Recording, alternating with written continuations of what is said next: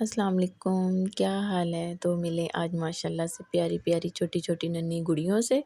ये देखिए माशाल्लाह से हफ्सा की सारी फ्रेंड आई हुई हैं, इरहा और हानिया आई हुई थी और हफ्सा को भी देखिए माशाल्लाह से बड़े बच्चे तो अलग खेल रहे थे, ये तीनों छोटी गुड़िया बैठी हुई खेल रही थी। एक के पास एक चीज़ थी तो वो दूसरी कहती थी मुझे दे दे और इतना खुश हो रही थी ना बच्चे, ये तो और पीछे बैठे हुए थे बड़े बच्चे, वो भी एक-दूसरे से बातें कर रहे थे, उनको भी पता था कि व्लॉग बन रहा है। तो मेहमान आए हुए थे, तो मैं साथ-साथ बना रही थी खाना। आज खाने में मैं बनाने लगी थी चने जो मैंने रात ही भिगो दिए थे।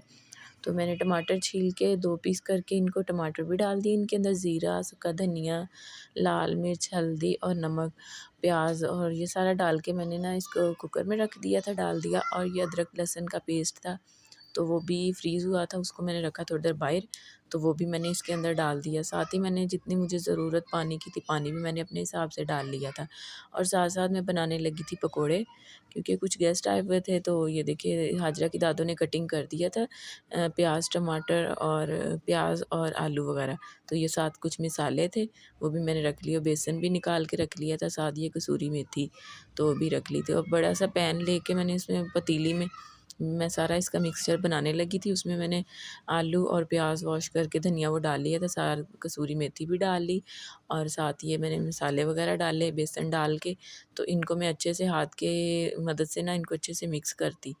तो करके फिर मैंने इसके अंदर जब मिक्स अच्छे से हो गया, तो फिर मैंने इसके अंदर पानी डाला। पानी डाल के जितनी ज़रूरत थी उस हिसाब से फिर मैंने इसका पेस्ट बना लिया। तो माशाल्लाह से पेस्ट हमारा रेडी था। तो अब बस मुझे था कि जल्दी से पकोड़े बने, बच्चों को भी इंतज़ार था। तो मैंने चूल्हे पर रख दी कढ़ाई और आँच तेज़ कर दी, जल्दी से ऑयल गरम हो जाए। तो हमारा ऑयल भी गरम हो रहा था, साथ-साथ चने भी हमारे बन रहे थे। तो जो इधर भी चूल्हा जल रहा था और ऑयल हमारा माशाल्लाह से हो गया था गरम, तो मैंने पकोड़े डाले कढ़ाई के अंदर। तो पकोड़े हमारे माशाल्लाह से रेडी हो रहे थे, ये तो पकोड़े मेरे जैसे तैयार हो गए थे, तो बच्चों को था कि जल्दी से मम्मा दे दें और बच्चों से अब सब्र नहीं हो रहा था कि मम्मा जल्दी पकोड़े बना दें। तो बच्चों को बहुत पसंद है, हाजरा को भी बहुत पसंद है और सुबहान को भी। तो अभी सब बैठे हुए बातें वगैरह कर रहे थे। तो अभी आपको पता है माशाल्लाह से रमज़ान शरीफ भी आने वाला है, तो फिर तो हर रोज़ अल्लाह खैर करे इफ्तारी टाइम पकोड़े ही पकोड़े होंगे। तो इसके बाबा की भी मतलब शॉप होती है, वो भी रमज़ान शरीफ में पकोड़े और समोसे ही सेल करते हैं शाम में।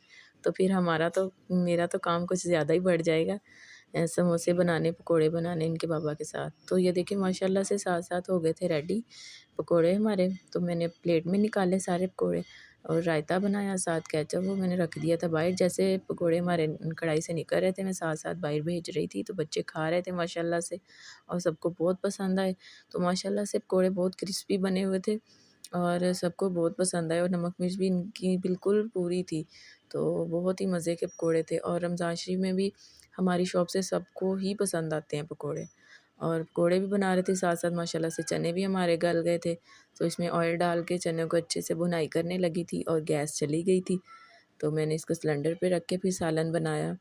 तो बस आप सबको पता है कि गैस का मसला है, अभी गैस भी टाइम से आती जाती है। तो जैसे चने की बुनाई हुई तो हाजरा के पापा कह रहे थे मेरे लिए खुश्क चने निकाल लें। तो फिर मैंने कुछ चने खुश्क निकाल के फिर जितना इसमें अपने हिसाब से पानी डालना था मैंने इसमें पानी डाल दिया था।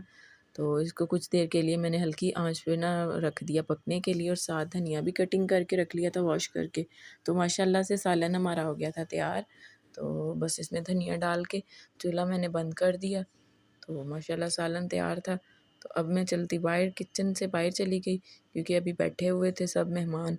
तो माशाल्लाह से बच्चे भी देखें कितना खुश है, खेल रहे थे, लड़ाई भी साथ-साथ हो रही थी।